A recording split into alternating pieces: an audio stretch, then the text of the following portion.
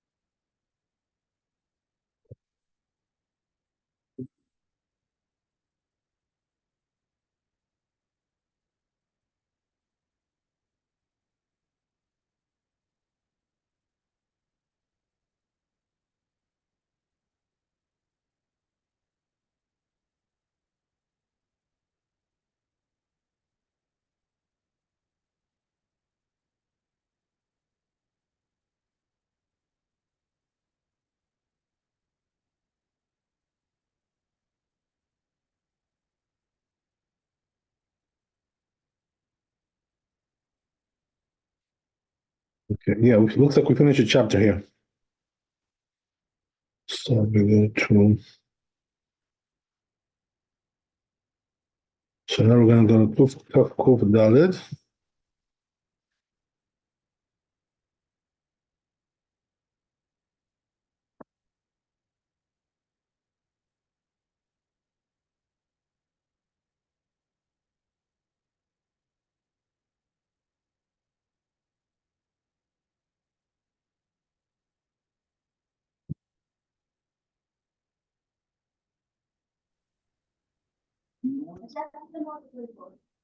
Okay.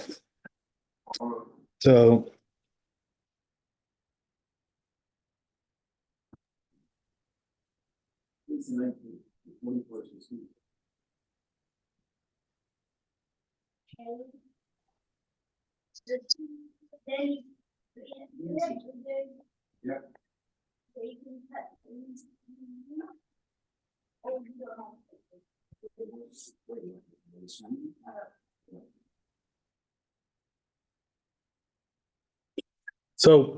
it says in the tour like this: Tavlin or pilpelin nidochin kedarkan l'Rav Alfas. So what is he saying here? That when it comes to spices and also pepper, right, which is also a spice, they can be ground in the normal way, right, on Yom Tov. According to the Rif, afilu b'madoch shel even, even if you're using, right, a pounder, which is made out of stone, right, whatever, one of those things. What is that called? The mortar, right? The mortar, yeah. The mortar made out of stone. Chutz mina melach, right? Tzarich shinui shitak, right? So it says, but when it comes to salt,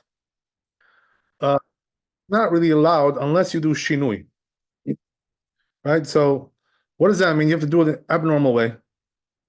So if you remember, we already talked about this, right? Why salt is not allowed and other spices are. Anybody remember what we said?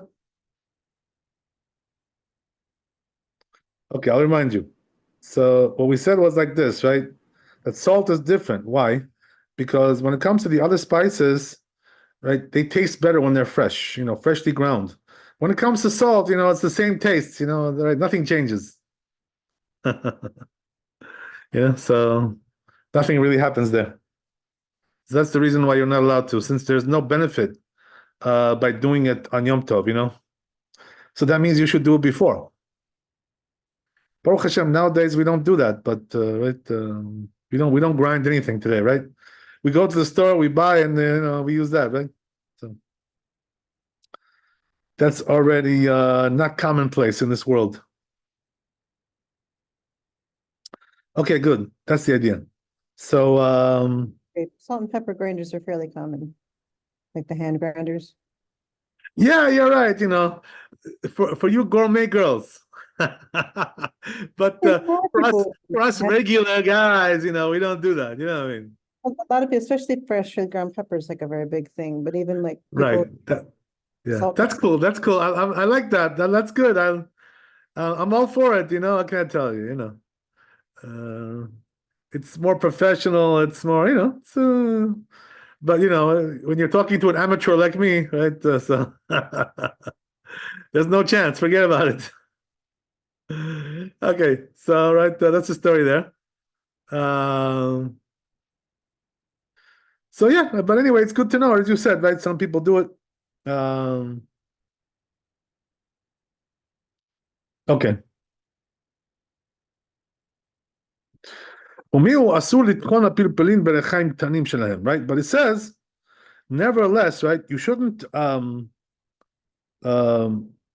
grind pepper in like a mill, which is like they have in those days, they had like a small little mill there that they used, and that you shouldn't use, right? So וכך כתב רמב"ם, that's the way the Rambam says, אבל לדעת התוספות גם פלפלים וטבלין צריכים הטיה.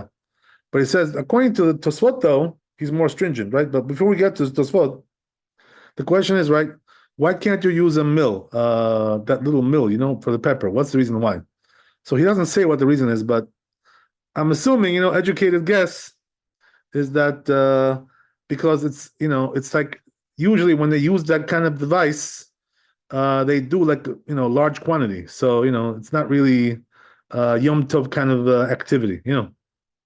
So that's the reason why that's probably the reason why they don't want you using that. Okay, so that's the Rambam, right? So now let's go to Tosfot. So Tosfot, as we said, is more stringent. What does he say?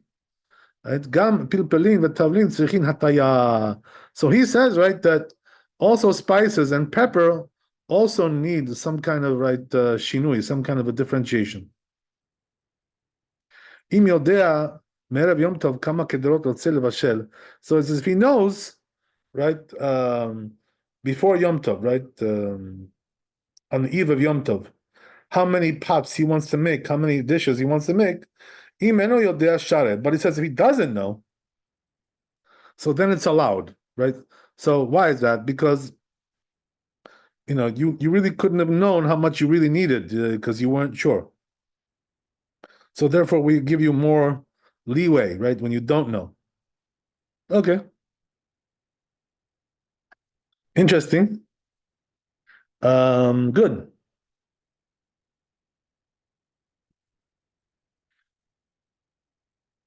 The chardal b'shichlaim, right? So now he gets into other spices, right? Like garlic and mustard, right? And shichlaim, right? Which is not sure what shichlaim is, but we'll see, right? What that is. Some kind of a spice. Apilu im yodea me'erev yom tov share.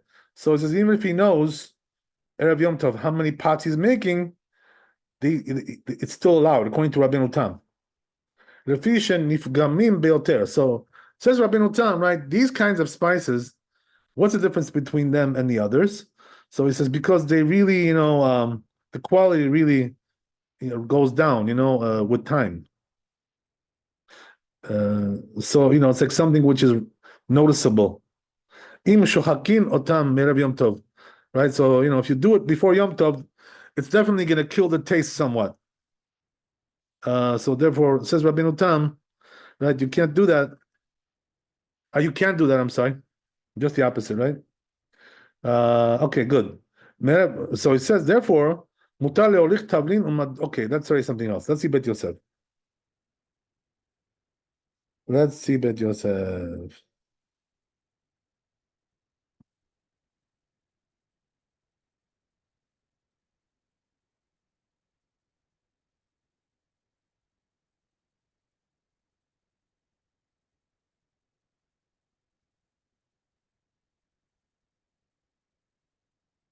So it says Bet Yosef, he brings a source, right? What's the source here? But Perek Kama de Betzah. Well, first Perek of Betzah. It's over there. Yud Dal Amud Aleph Tanan, right? We learned in the Mishnah there. Bet Shemai Omrim says Bet Shemai Tavlin Nidochin Bemaduch Shel Etz. So Bet Shemai says, you know what? You can use a grinder, but you have to use a wooden one, right? V'amelach bepach. And he says, if you want to do salt, you got to use a pach, right? Which is some kind of a jar, right? Something like that. So in other words, it's like really the abnormal way, not the normal way to grind. Ube'etz aparur, and right. Also, it says also you can use the wooden one, whatever, right? Ubetilel omrim tavlin nidochin kedarkan. So, but Bet Hillel comes and says, you know what? When it comes to spices, you can do it like the normal way, right? B'madoch, right? In a mortar, shel even, which is made out of stone. V'amelach b'madoch shel etz. But it says when it comes to salt, right? Use a wooden one. That's what he says. So okay, so that's the machloket that we have in the Mishnah, right? So comes the Gemara and says, right, that everybody agrees, right? Both of them, they both agree, melach baya shinui, that when it comes to salt, it does require some kind of a shinui, right? Some kind of different method, right? Differentiation. So, okay, my tama, what's the reason, right? So we already gave the reason, but Rav Huna v'Rav Chazda Chadamar kol hakderot tzrichot melach. So one of them says that, right, two rabbis here. One of them says the reason is because every dish needs salt. In other words, no such a thing like that, right? You make food without salt, right? Okay. So even the Ashkenazim, they put salt. You know what I mean? They put some salt. They don't put a lot, but they put something in there, right? So each one according to his taste, right? So everything needs salt. The end kol hakderot tzrichot tavlin, right? But he says when it comes to spices, not every dish needs spices. It depends on what it is, right? So that's one reason. So that now the other rabbi gives the reason that we gave, right? Which is that, as we said, right, that when it comes to spices, the taste will spoil, but when it comes to salt, right, it'll never get spoiled.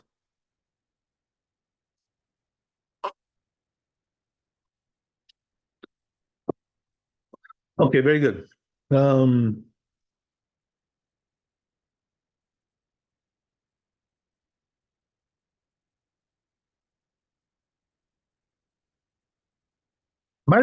Gemara asks now, right?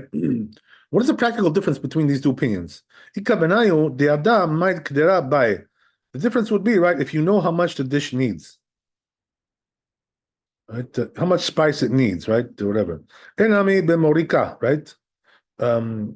Alternatively, morika, right? So we'll see what that means, right? Morika.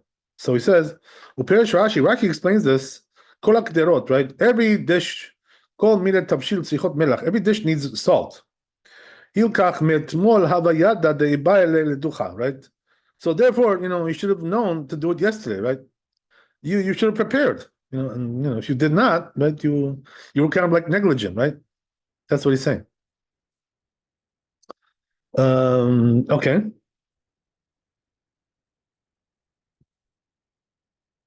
But not every dish, as we said, right, needs spices. So a person doesn't know, right, how much he's going to need, because it depends on what he's going to make, right? Which dish, whatever, right? So that's according to the first opinion. Now we're getting to the second opinion, right? So as we said, right, the problem is with the second opinion, the problem is that the spices, become like weaker, as time goes along. So it says, Memirim ta'amam im yeducham metmol. Right? So if you do it the day before, the taste will already, not be the same, right? It won't be so potent anymore. Right? it'll get diluted or whatever, right? Whatever you want to call it. So yeah, Diada מאתמול מה קדרה, לפני כמה, right? So Diada מאתמול מה קדרה בא אליו בשולay, because he knew, right, what he needed to do from yesterday. ללישנה כמה בא שינוי, ללישנה בתרה לא בא שינוי. So he says, in a case like that, as we said, right, that's the practical difference between the first opinion and the second opinion. One says you do need shinui, the other one says you don't need shinui. Ename, alternatively, tavlin shel morika ika benayu. So there's another opinion, right, that says that the difference between them is morika, right? So sheyesh kdera shemetavlin ota bekarkom veno mafik tamo im nidoch mebeod yom. Oh, okay. So right, so there's another difference, right, between them, which is morika. So what is morika? Right, that's a spice that we call right, what do you call that? Saffron, right? So here's the thing, right? That saffron, he says, the change, the taste doesn't really, get weakened over time. It stays pretty strong. So therefore, he says, right, that when it comes to that, they would not agree. These two rabbis. One would say that you could do it, and one would say you cannot.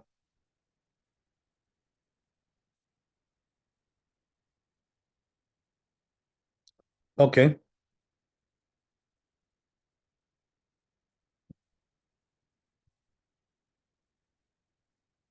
והוא לא היה יודע מה יבשל מחר לישנה בתרה בערב לישונים לישנה כמה לא בישונים.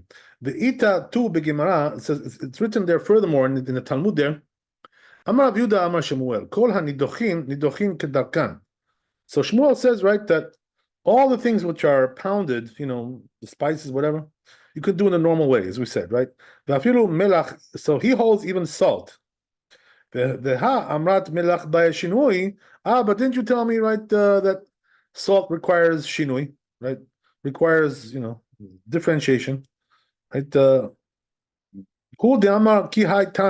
So he says he's going according to a different opinion, right? There's one Tana that goes like him, the Tanya, as we learned the Braita, Amar Rabbi Meir, לא נחלקו בית שמאי ובית הלל על הנידוחין, שנידוחין כדרכן ומלח עמהם, לא נחלקו אלא לדוחה בפניהם עצמה.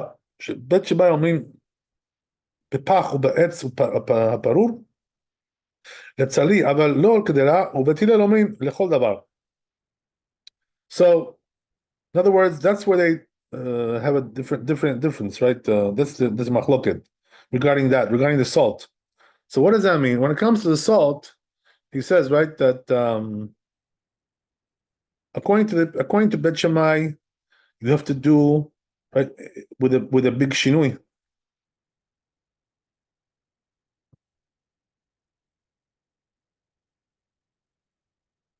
So let me just get this straight. 1 second.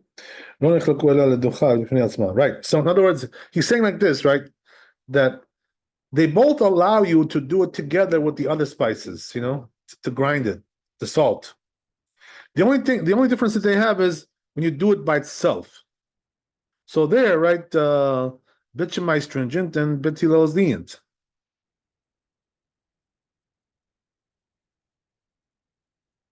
So Bet Shammai says, right, you have to do a big shinui.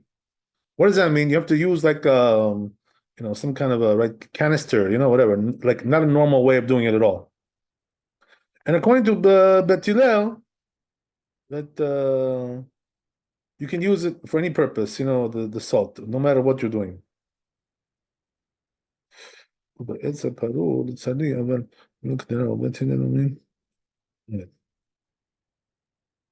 Right, so he says like this, right, that Bet Hillel allows you to do it when it comes to roasted meat, but Bet Hillel allows you. Bet Shammai allows you only to roasted meat, but Bet Hillel allows you for any kind of dish. Rashi Bet Hillel melach nami nidoch kedarko. So Rashi explains like this, right? According to Bet Hillel, you can do the salt in the normal way, below shum shunei, without any differentiation. It says in Gemara furthermore, Amar this rabbi says to this rabbi, Ki dayachat etzli atzluye v'duch פירש רש"י, היתה מדוכה על הצידה, דסבר כשבוע דאמר נדוכה כדרכה, מדוך של אבן, ומי הוא שינויה זוטה באי. So right, he says that according to this opinion, Rashi says, you do require a little shinui. So in other words, you see from here, by the way, that there's different levels of shinui, right? Abnormal manner, right? There are little, shinui, and there's a big shinui, right? Which is like very abnormal. So depending on the the degree of the prohibition, so you have to go into more abnormal, right? More, right? More extreme. Okay. So anyway, Veitatu b'Gemara. It says furthermore in the Gemara, Rav Sheshat Shama kol buchna amar ha lav migvia de bitnai hu v'dilma atzluya atzle de Shema dehava tzalil kale v'dilma tavlin havu v'tavlin nivuche b'malvach kalayu פירוש כשהם משתברים הגרעינים נשמע כולם כמין באחים קראישט פסק הריף כרב. So okay, so after this Gemara is over, now he gets to the the poskim here, right, the Rishonim. So the Rif, he says Pasak Arif Kerab Yehuda. He passes like Rab Yehuda. Amar Shemuel, who said the name of Shmuel, the Amar Kol Nidochin Kedarkan. So according to the Rif, right, anything which is pounded can be done in the normal way, right? Vafilu melach, even salt. כתב אחד דרב דאמר אצלי בדוך וכמוה ועבדת במלחה אבל תבלין לא בעד הצלעה ומסתייע דדין סברה מהא דאמינן רב ששת שמע כל בוכנה והשמיט הריף דברי רב הונא ורב חסדא ותמה הר"ן למה השמיטם. So right, it seems like he's telling you here that the Rif left out some of these elements of the Gemara here, right? And he was very lenient, so he allowed everything in the normal way, right? Whether it's spices or salt. So the Ran comes out and says, right, I don't know why he was so lenient and left out, these elements of the Talmud. He disregarded them,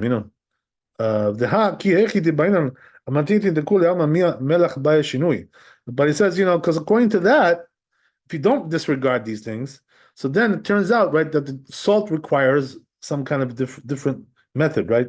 Some kind of abnormal way. My tama ve'ave tama Rav Chasda Rav Huna, and so we said, right, where are the reasons why that is. More kedita. I give two reasons for that, right? Hachinami ika lemibaye ahach maskana my tama de melach bae atzla tefe mitavlin ve'tzrichinan letamayu de Rav Chasda Rav Huna ve'im ken havale leharif leaviam melchot aval nira lid. So in other words, the Ran is complaining on the Rif, right, saying that, why did the Rif disregard these sayings in the Talmud? He was like, picking and choosing, right? Whatever he wanted. Why did he do that?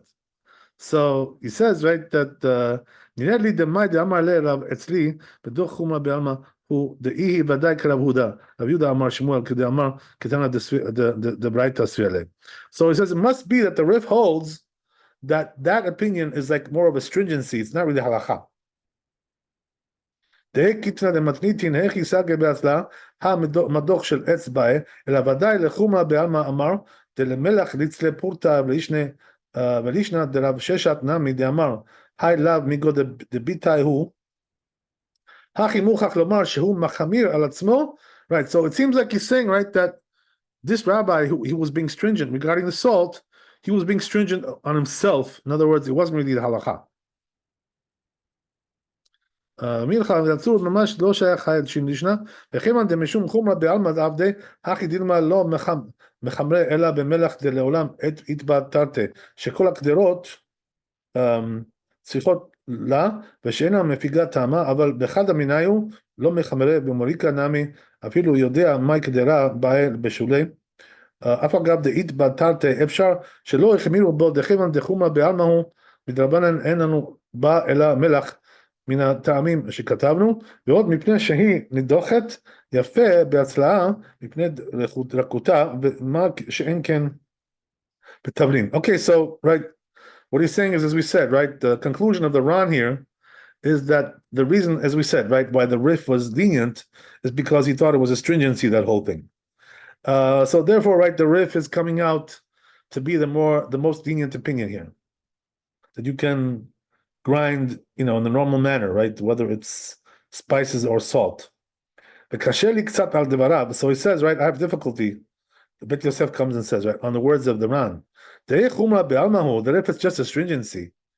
תהבו מחמרי הנח המוראה במלח דדוכו על ידי שינוי ולא מן הדין לא הבלה להריף להביא אלא באמרת דרב יהודה דאמר כל הדוחין לדוחין כדרכן ואפילו מלח דמשמע דמלח נמי לא בא שינוי כלל ולא הבלה להביא דברי הנח המוראה דמצלי יצלויה כיוון דחומה בעלמא הוא ולא מדינה. So he says, right, says Bet Yosef doesn't agree with the Ran, right? Why? Because he says that the way the Rif describes this right, this topic here in the Talmud, he does bring down those opinions, right, which are stringent. So, like, don't tell me that, they're just like stringencies, because if they were, the Rif wouldn't have written them, to be halacha. So then why did he write them? So the Bet Yosef has a little bit of a question here, right, on the way the Ran learns this with the Rif. Okay, so let's see what he answers. וכך נראה לי דעריף פסק כמאן דאמר כל התבלין מפיגין טעמן ומלח אינה מפיגה טעמה שמאחר שהדבר נקרא לחוש שהוא כן נקטינן כבטא וכיוון שכן על כל כך ריתלן לממר דחי אמר רבי יהודה דאפילו מלח נידוח כדרכו לאו כדרכו לגמרי כלומר אלא לומר דלא בא את שינויה רבה כדי מצריך תנא למתניתין אפילו לבית הלל אסור בדוחו במדוך של אבן. So it seems like the Bet Yosef is coming and saying, right, that he doesn't agree with the way the Ran learns the Rif, and he's trying to say that even the Rif agrees that salt requires a little bit of a differentiation. You can't do it like totally the normal way. So that's already, a difference, right, in halakha. Okay. So the Rif was being lenient and the Ran stringent? So just to review that, right, that element there, Yes, please. the Rif was being, according to the Ran, the Rif is like totally lenient, right? And therefore he says, right, that he must hold that some of those right sayings in the Talmud are just stringencies. Comes Bet Yosef and says, right, that that's not really correct. That even the Rif admits you have to do some differentiation when it comes to salt. Yeah. So okay, yeah. Okay, so great. So that's the story there. מצריך לנו ונותנים אפילו לבית הלל אסור לדרכו במדוך ושל אבן, תלת אלא במדוך של אבן, נמי שרעי ומשום הכי כמה,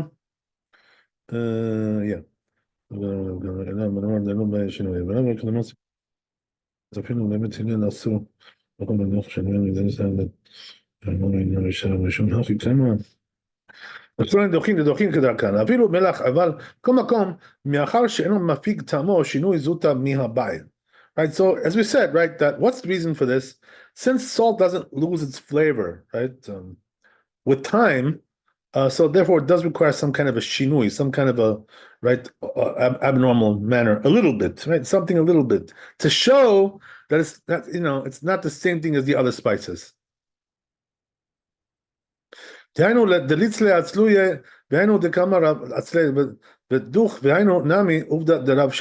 so what the differentiation doesn't require, right? According to this, he says you have to tilt it a little bit. In other words, when you grind, when you use that utensil, right, to grind it, tilt it a little bit. So that tilting, is the shinui, right? Like it's lopsided, whatever. Right? So that's the shinui according to this. Okay, that's what seems also from Rambam. He says, "Oh, good. Oh." Right, so yeah. I have to remind you guys, right? When we see things like this, it's a very fine, machloket here, right? Very, fine lines over here going on, right? So, the question always comes up, right? Like, how did the Bet Yosef know that, the way the Ran explained it was not the correct way. So he does bring a reason, why that is. But we always have to remember one thing, right? When it comes to Bet Yosef, there was the Chazon Ish used to say something really funny. He was being sarcastic a little bit, but it was true what he was saying. The Chazon Ish used to say, he says, you should know that if you argue with the Shulchan Aruch, right, you're not arguing only with Maran Shulchan Aruch, right? The rabbi of the Shulchan Aruch. You're also arguing with the malach, right? The angel that accompanied him, who was helping him to sort out these issues. So, so you have to remember that, he had an angel, right? What was the name of the angel? Right? The name was the Magid, right? The Magid. So, this Magid was helping him to sort these things out, Sometimes, by the way, it's not even humanly possible to sort these things out. It's like impossible, like whatever. But since this angel was helping him, so he had like good, good sources. He had what to rely on. So that's why sometimes you see, the Bet Yosef is adamantly arguing with, or whatever, adamantly, right, stating, a certain position, which, humanly speaking, doesn't really seem so, right, compelling. But he knew what he was talking about. So that's the story there. So Bet Yosef, had inside information. Let's put it this way, right? He was an insider. Okay. So that's the story there. Right? Also the Rambam. What does he say, the Rambam? כתב פרק ג' דחין את התבלין כדרכן, שאם ידוך אותן מבערב ויפיק תמן. So Rambam says the same thing, right? When it comes to spices, you can do the normal way, right? Why is that? Because if you do it the day before, right, the taste will already, become weaker. It'll get diluted, the taste. כתב פרק ג' דחין את התבלין, but it says, אבל מלח אין only דוח ביום טוב. But it says, when it comes to salt, though, right, you really shouldn't do it the normal way, right? Because, it doesn't help you to do it on Yom Tov. It doesn't help anybody. So what does that mean? You should have done it before. There's no reason to wait till Yom Tov, to pound your salt. You know what I mean? Okay. Right? So he says, therefore, what does he have to do? If he wants to do salt, right? He's got to tilt it, as we said, right? You got to tilt that mortar, right? Or alternatively tells you, right, to do it in a tray, right? Instead of using a mortar, use a tray. So tray is like a shinui. It's also like, it's not the normal method of grinding, right? People don't grind in a tray. So it's abnormal. Yosef says things, also similar things like that. כדי שישנה שאם שחק המלח מערב יום טוב, לא יפוג טעמו.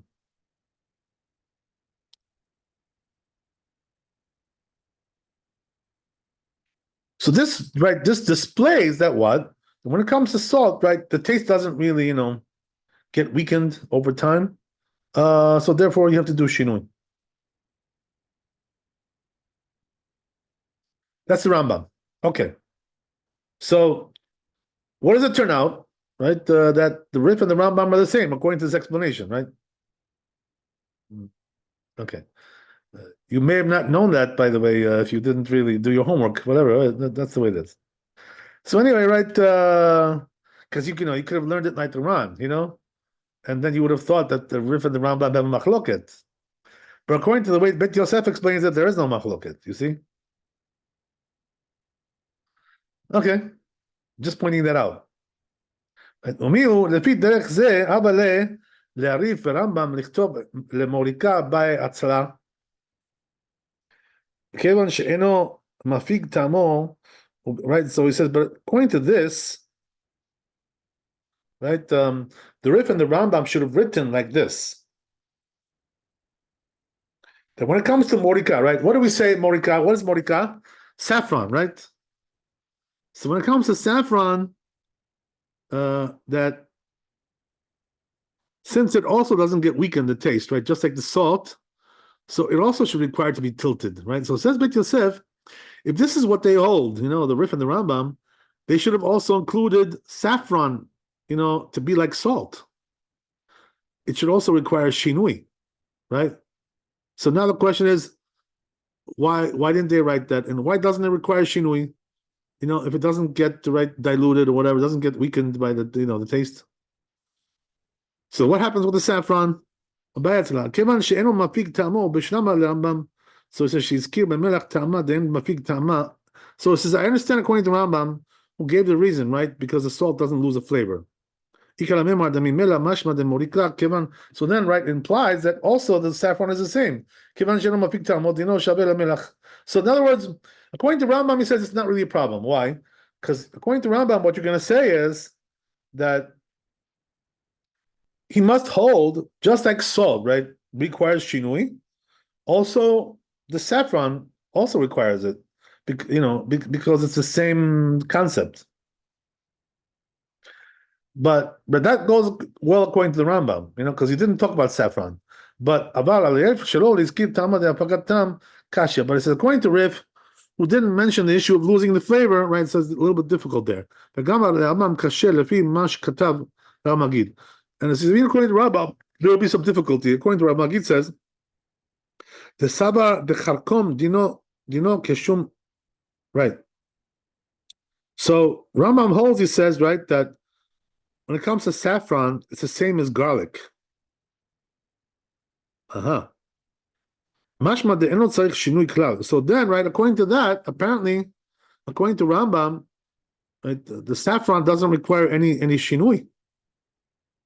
So the question is, how is that, right? It should, according to the reasoning of the Rambam.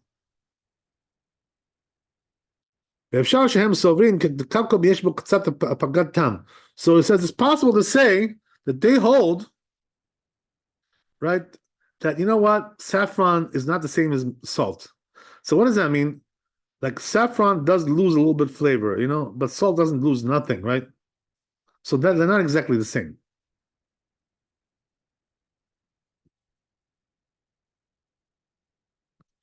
Even though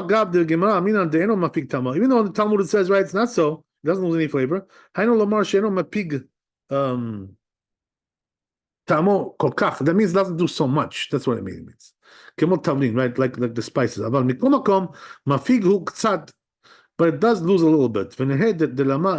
דלמד הווה סקדתך דמלח בי שינוי הרבה, לא הווה מדמינן מוריקה לתבלין, כיוון שאין בהפקת הטעמות דומה לשלהם, אבל למאי דעסיקנה דמלח לא בא אלא שינוי כל דהו, עלמא שחיקת לא חמירה כולי היי, הלקח כיוון דקרקום מפיג טעמו, אין להשוותו למלח. So he says, right, the conclusion is like this, according to Bet Yosef. Again, right, this is like sort of, like above right, human intellect here. How do you know this, right?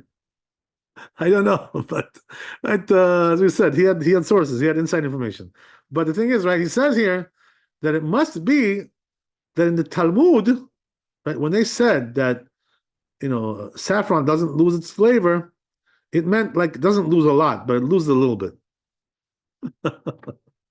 Okay. By the way, it does make sense though, logically speaking, right? Because after all, saffron is a spice. So it's going to lose some flavor, it's not going to remain the same. Because, with time, it just, it rots, so it loses its potency. It's not potent anymore. Okay, that's the story, right? Good. Okay, so according to that, we don't have a problem, right?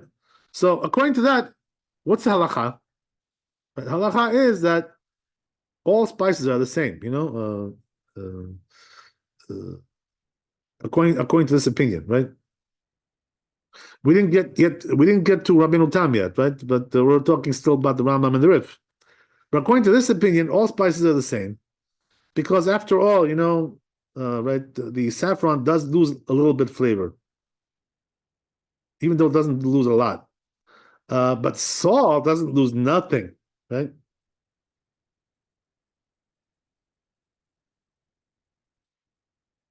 Yeah. I just want to tell you, like, it's interesting, right? That when I was in high school, they taught us something, whatever. When I was a kid, I remember somebody taught me this, that like salt is one of the most stable compounds that there is, chemically speaking. So what does that mean? It does not change with time, so it doesn't, lose its potency at all. It's a very stable compound. So therefore, right, just stays the same. Right? If you don't believe me, ask the guys in Sodom and Amorah, right over there, right? They'll tell you about that. Okay, so that's the story. Kabbalah Tachaf, I have a question. If you add Sure. a little bit of salt to the saffron, would it lose its flavor still? I'm sorry, if you add what? A little bit of salt to saffron. No, it won't affect it. It's not, it's not gonna affect it. It won't preserve it either, no? I see what you mean. Yeah, because salt is a preservative. Yes. So So if saff- you Yeah, add a yeah, little, I see what you're saying, but you know if what it you is? add You know what it is? Salt is a preservative. In other words, it prevents foods from rotting. Mhm. But I don't think it preserves the potency of the spices, as far as I know. I How, could be wrong. I could be wrong. Well- It could be that it does somewhat preserve it. It could be. I'm not really sure, but anyway, it doesn't really change the halakha. It's not that strong. You know what I mean? okay. Yeah. Salt is very, very stable, and saffron actually is one of the few spices that like it maintains its potency for a very long time. Wow. Wow. But it Wow. will, eventually it'll lose potency. Okay. Wow. Okay. Good. Okay, fantastic. That's great. So yeah, everything turns out good. So we have a little bit more here, right? In the Beit Yosef, he says here, there's also other pieces besides this one, but he says, "Rashba kata b'tshuva." What about the Rashba? Right? What does he hold over here? The tavlin nidochin kedarkan umelach kol she'efshar לעשותו בשינוי. שאין דרכין אותו אלא במחצשת של עץ, או שהתה וזה מבואר כדברי הריף and So Rashba is exactly like the Rif and the Rambam, right? So we have, identical opinion here going on. That's what it is. So you got three powerhouse rabbis over here, right? Going on one side. So you can already see, right? The halakha is going to be like that, right? Forget about it, right? There's no chance. When you have three powerhouse rabbis like this, right? There's no chance to flip it over. Okay. So all right. So let's see what's going on here. What else we got here?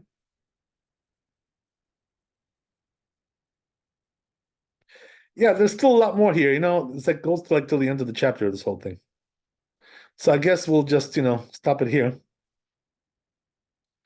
And we'll continue, we'll pick it up next time, Bezat Hashem. So as I said, tomorrow is, I'm not really sure what's going to be tomorrow. Right, as I said, I'm doing a procedure tomorrow. So all right, wish me luck, Say a prayer. Okay, even though it's something, relatively light, but after all, it's like a small surgery. So say a prayer for me, and Bezat Hashem, I'll let you know right when I'm back to functioning. Maybe Tuesday, maybe whatever. We'll see what happens, right? We'll keep our eyes open. We will pray for you, Rabbi. God bless you. Thank you so much. God bless you. God bless you. In rest. All right. Thank you so much. God bless. I'm sure your prayers will, penetrate the skies, penetrate the heavens. Yes. God bless. Thank you so much. All right. So we'll see you, Bezat Hashem, next time. Maybe, not very likely tomorrow, but maybe Tuesday, right? We'll continue. Bezat Hashem. All right. God bless. Laila Tov, Chazak Baruch. All the best. Thank you so much. We'll pray for you. Thank you. Bye bye.